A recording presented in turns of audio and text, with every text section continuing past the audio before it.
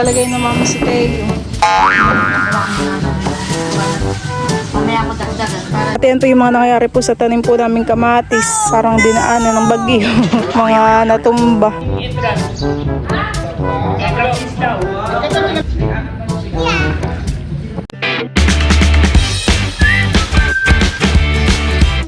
Si Bal po dito ay dinidiligan na po niya yung kanya pong tanim na mga mustasa. Malalaki na han eh. Gumaganda na po yung kanyang mustasa. Dinala na rin po pala namin ito pong pananim po na kalamansi. Ito nga po yung bigay po ni Tita Nerly. Ito daw po ay galing kay Wency. Tamang-tama po at ito po itatanim namin dito sa bakuran. Kami po ay wala pa pong tanim na kidya. May bunga na po pati. May dalawa na. Saan kaya natin magandang itanim ito han eh? Ito yung ano mo. At kasama po namin si Teo. Hi ikaw Teo, dali. Say hi. Teo. Kami po dito na rin po nagkakape. Nino. Ay no. Dito po ay tumubo na rin po yung akin tong mga itinanim po na sitaw. Dito po sa gilid. Mga tubo na. Yan po hanggang dito sa harapan. Harap po ng bakod. Yung iba po naming tanim po na talong ay may bulaklak na. Ito din po palang itinanim po namin na malunggay ay nagkakadahon na po. Saan may lilipat yung mga iba? Dun ho sa pwede dun sa may sili at saka kamatis. May space pa sa gitna. Bal po ngayon ay pipitas po ng siling green. Grabe po ngayon ang init.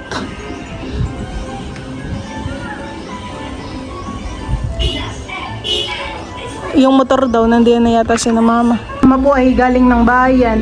may bumili ng kami namili ng pangregado para sa Sa kasal po nila tito. Ako po ay magluluto po ng pinaksiw po na midyad. Ako pa yung maglalagay na po ng rekado. Lagay ko na rin po yung siling green at saka po yung talong. Habang ako po doon ay nagluluto, yung sinamama po dito nagre-repack po ng mga sibuyas. hindi pa talabong sa atin ang DFL. Kahapon po pala ay bumisita po dito ang Dragon Fruit Lady. Si Teo po ay tuwang-tuwa kahapon at nakita po niya si JD. Kanya pong kalaro. Wow! Naglalagay din ng sibuyas si Teo. Yan po ibibigay po ni Mama sa... Thank you po sa mga pasalubong po ninyo sa amin na sibuyas. Yan po ay isang sakuhan eh. Dami ng sibuyas. Naglalagay na Mama si Teo. Ilalagyan ko lang ng kuha na. Mamaya ako dagdagan para lang plastic nililipad. Hey, what's that? Onion. Onion.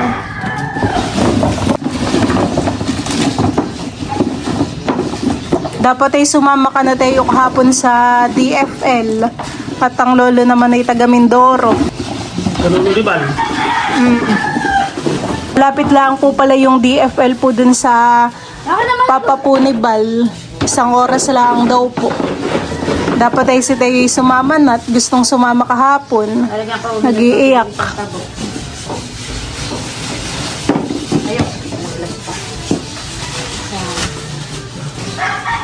Ako na. Yan po mga kamilot at luto na po itong pinaksiw po na midyad.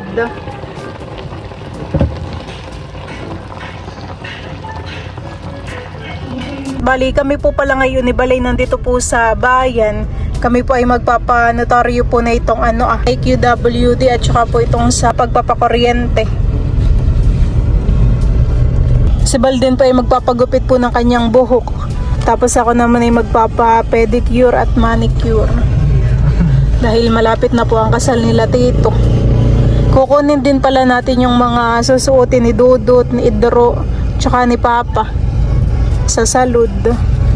Dadaanan na natin.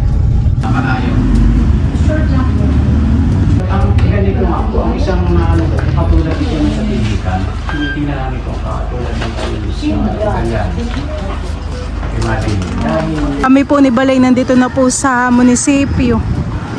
Papasa na po namin yung requirements. Ako po pala dati ay dito po nag-OJT ah. Parang sarado na palahan eh. Hindi na siya office. Diyan kayo dati? Dito ah, sa taas. Oo. Iba na rin yung ano ah, pasalubong center. Nandun na sa may palengke.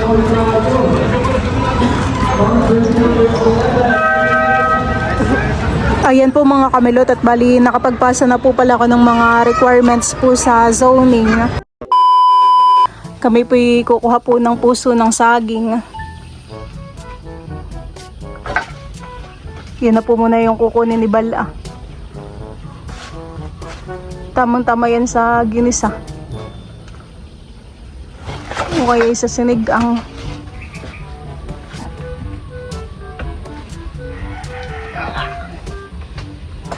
Yun. Ano, may nakikita ka pang puso? Puso ng saging. Oo.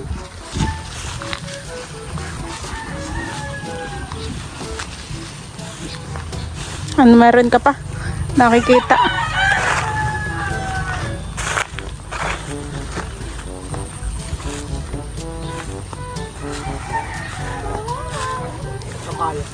May bunga na yung papaya.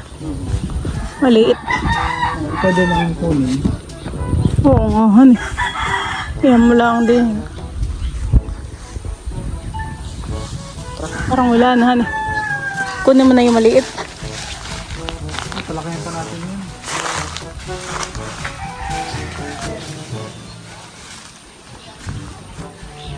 Susungkitin na din daw po ni Baltong isang ano puso ng saging. Dito yung natabas na pala ni Lolo Rodel, honey. Sa gilid. Malinis.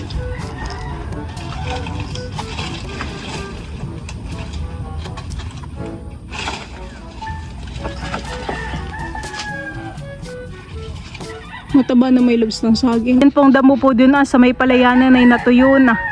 Gawa po siguro ng init. Iba na po yung kulay. Nagdilaw na.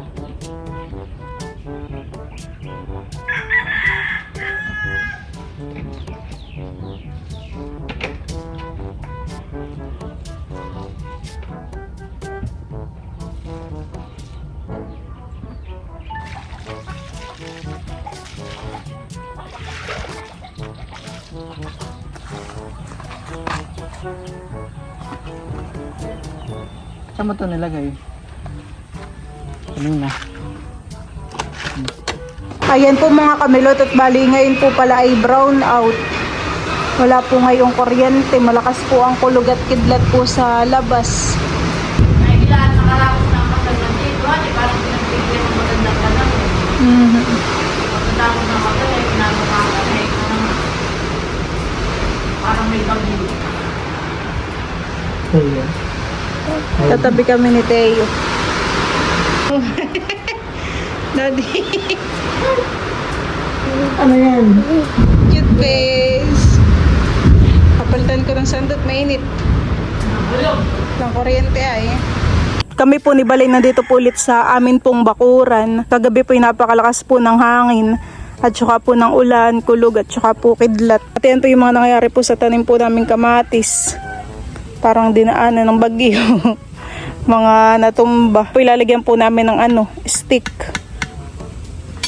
Kaya parang kahit hindi natalian, honey. Kailangan talian.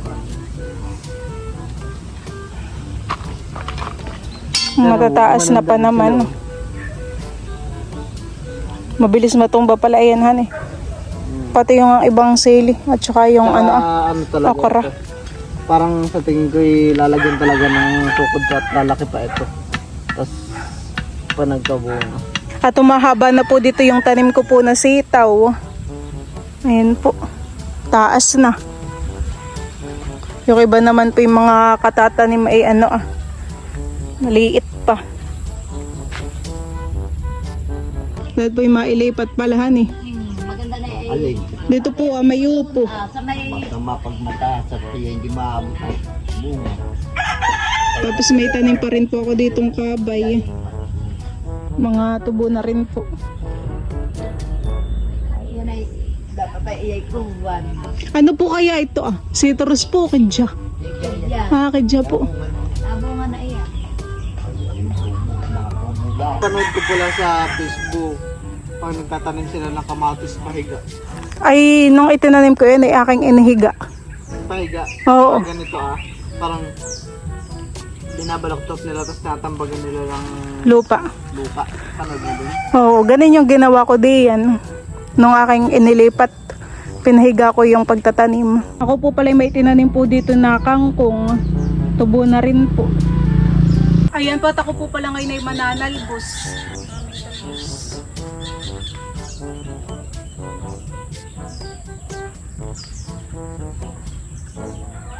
Init na agad, han eh. Buti naman po kagabit hindi na nawala ng kuryente. May magdamag walang kuryente lang tayo.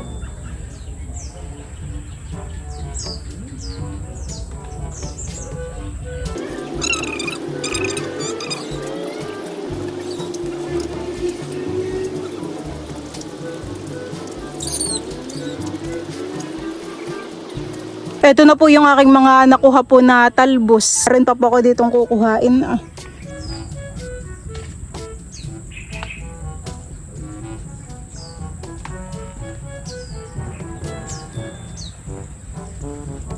Ito yung aking mga nakuhang talbos. Wow, damihan eh. Pang ilang talbos mo na yun dyan. Tiyatay pang 3 talbos ko na. Dati po kami bumibili ng talbos kala Tia Iminghan eh. Magkano binibili mo? 20? 20, isang tali. Ngayon ay tayo may may talbusan na. Ito po yung aking ilalaga. Tsaka yung puso ng saging. Tayo na may hindi na nagdilig.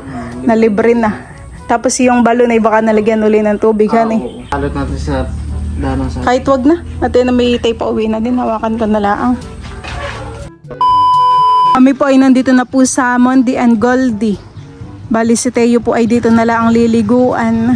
Kanina po yung masyado pang maagap. Tara Teo, let's go. Bali si River po pala yung magiging bridal car. Tapos si Bal po yung driver mamaya. Putikan na. Kaya okay lang yan. Ako naman po mamaya ang videographer para po sa kasal po nila Tita Layla. Iyon naman po ay sa vlog. Ako po yung taga video. Tara tayo, let's go. Ang mga abay po ay nandiyan na. Tara na. Tigay maliligo pa.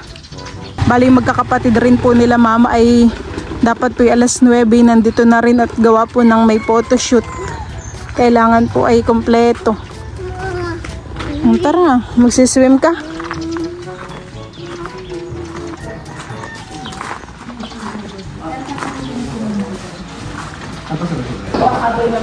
Dito po may binigay po na food. Hindi kasama package yan. May pa-breakfast. Tapos may kakibigin yan sa pandesal pag-isip. Tayo po ay nagsiswimming na. Tamang-tama naman hindi pa nakaligo. Kasi bro. Para mag-change tayo, dyan tayo na. Maestro, halika muna. Magkano tayo ng ating entrance? Practice daw. Iyan po palang mga abay ay minimake-up na po dun sa, sa room. Netbrushan mo na may labs. Si Teo ang enjoy na enjoy.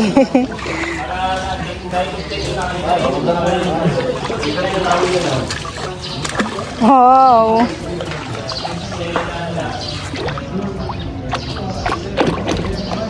Si Tita Hysen po dito yung nagpapa-makeup na. Magpapa-makeup din po si Mama at saka po ako. Short. Pag hihiga, malalagyan ng tayo malalagyan ng tubig.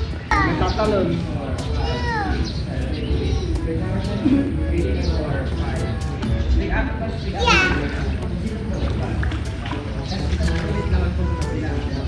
Diba? Jadi isa.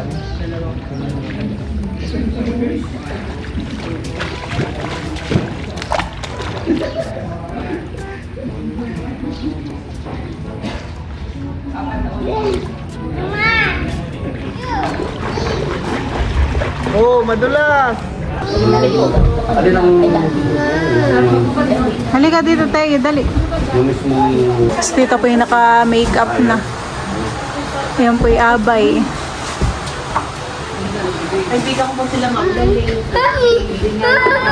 Si Teo po yung nandito sa room. Mag-i-sleep daw po muna siya. Sleep ka muna, Teo. No?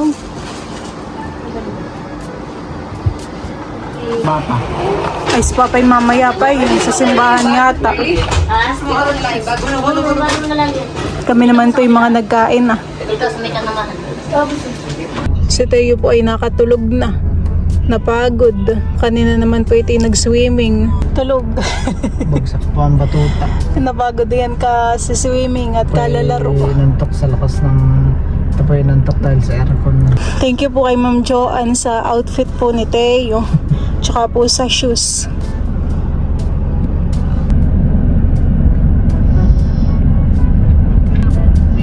Bay na po si Tita Layla.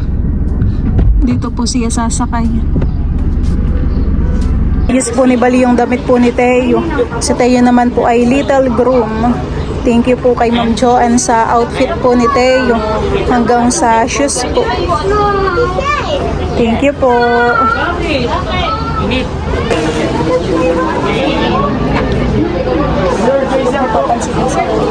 Teo po yung nauna ng lumakad doon ah.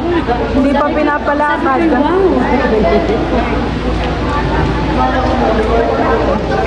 Lalagyan natin si Leo.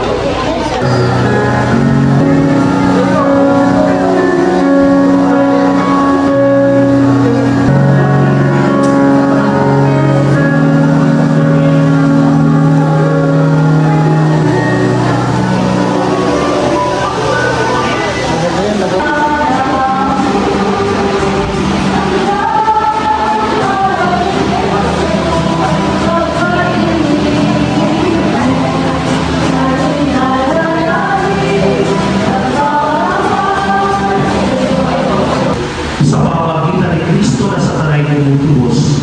Kaya may isang mga anghel nagsisiawit na papuri sa iyo na walang humpay sa kalangitan.